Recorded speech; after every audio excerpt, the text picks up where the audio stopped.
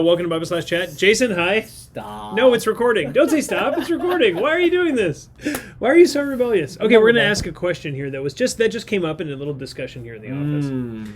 And in one Bible Slash Chat, which will remain unnamed, there's a moment there really in the opening up this- conversation. yeah. There's a moment in the conversation where it sounds, if you just cut everything down into that one spot, it sounds like I said a bad word. Oh. Now, I want to be very clear. I did not say that bad word. That No, bad I word know, is I'm not in just my kidding. mind. Yeah, it was just like course. tied to the way that we were discussing. Obviously. Of course. Yeah.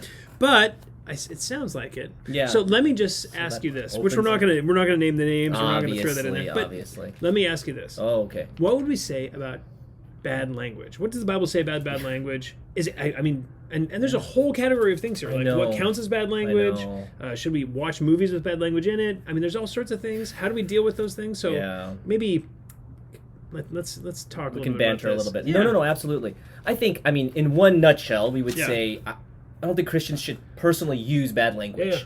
Obviously, what is bad language changes over time, right? But that's okay. Yeah. Fashion changes over time. Totally. And so in your cultural moment, this is a bad word. Okay. Or these are a group of bad words. Okay. And we all know, like, some are really bad than others. Yeah. And obviously, even with the not as, quote-unquote, not as bad, see how I say that? It's relative. Yeah, so we don't want to, like, completely judge all those things. Totally. But even the world has categories for bad language and appropriately puts E for explicit lyrics and rated R because it uses, it might have nothing else, but a certain number of certain types of words will automatically give it an R rating.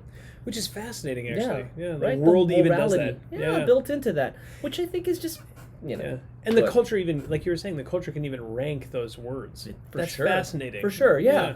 Like, nowadays, using the Lord's name in vain directly is like more accepted. Maybe 30, 40 years ago it wasn't. Right. You could only, people did it in private, but not in a movie. Not in a movie, for sure. But there's still certain words that are like clearly no-nos. Like get you an R rating or whatever, right? For sure. And you wouldn't want kids running around saying it. See, totally. Secular, non-Christian parents would still blush or feel bad. Wash their kid's mouth out with soap. Yeah. And I think some of that is like, I think Bible talks about in Ephesians 5, right? Silly talk, filthiness and silly talk or coarse jesting. And they're not fitting for believers. What verse is that? That's Ephesians 5, verse 4. Okay. Right? Yeah. Talking also about immorality and impurity right above it. Right. And a lot of bad words are tied to like sexual impurity. Totally. Not oddly enough, but it's not surprising. Yeah, obviously. So I would say, this is not just personally. I think as a believer, our reputation and ultimately the honor and reputation of Christ are at stake in how we speak. Yeah, and it says that the mouth speaks out of the heart. Right. That which fills the heart. So if, those kind of bombs are being dropped, it's like, what's in my heart? Is it anger? Am I just like, I love drawing attention to myself? Totally. Like what's the underlying motive? Yeah, what's the root motive to use language that even the world would say? That's the thing that's funny. Yeah, it's fascinating because when you watch the news, they're not just throwing around bad language. No, they're not. They don't, because they know they shouldn't. No. Right? And they're trying to communicate in a normal way to people, and they don't need to use language like that. They bleep it out. Yeah, exactly. So for us, I what you're saying I think is really wise. Like just avoid it. And obviously if, I think there's, places and times and different things, but they're just be careful with that. Yeah, it's a general. We're not coming down on like every single word we have to make a judgment and replament words and everything. Yeah, that's not the point. I think in your soul before the Lord, if you have a bad mouth, that I know that as a believer, the Spirit convicts us. Yeah, totally. Right? And I think for a lot of us pre-salvation, I know a lot of people say, man, I had a horrible tongue. I would speak, I would say all sorts of crazy things or listen to crazy things. Yeah. And then what happens once you get saved? You're like, throw out all the bad albums. Remember you were saying that? And I remember doing that as well. Or like, oh man, I need to really watch what I say.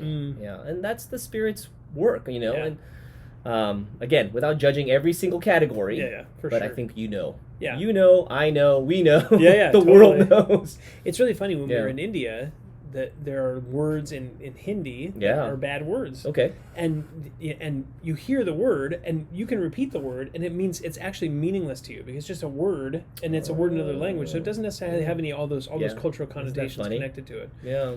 But if we would say that word, they'd be like, oh, don't say that, or even like phrases that would start a fight with somebody else, or certain things where you just know it as a phrase disconnected from the cultural connotations in it. But then when you put it into the cultural connotations that are all surrounding it, it has all of those things attached to it, exactly the same in that culture as it is here. So fascinating. That's fascinating. Yeah. So, I mean, wherever you are, be careful. Be careful what you say. Be careful what you say. That's the point, right? Yeah. Yeah, and at the end of the day, what you're saying is so good because it does root back ultimately to your heart, right? We want to honor and glorify God in what we say, what we do, in what we think, and so we want to guard our hearts against that stuff. Yeah.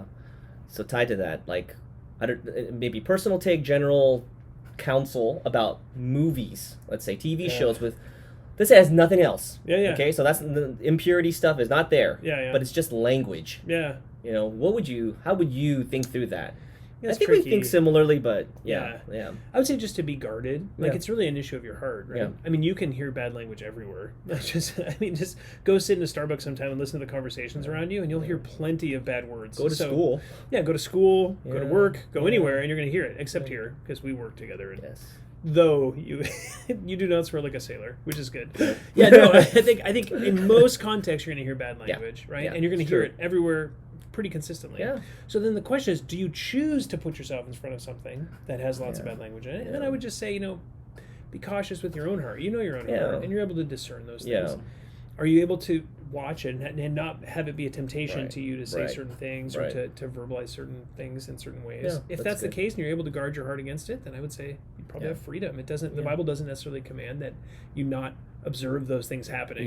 So I would say you have conscience freedom to follow after that. Yeah. It wouldn't put you in a situation, as long as your heart isn't tempted. Yeah.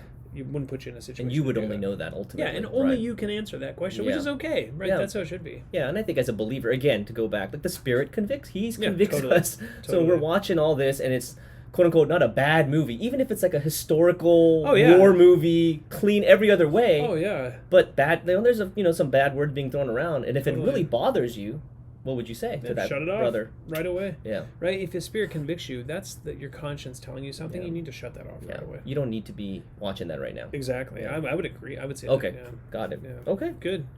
Yeah. Okay, complex in some ways. Yeah. It is complex because it is, once again, it's a conscience issue. It ultimately comes down to a conscience issue.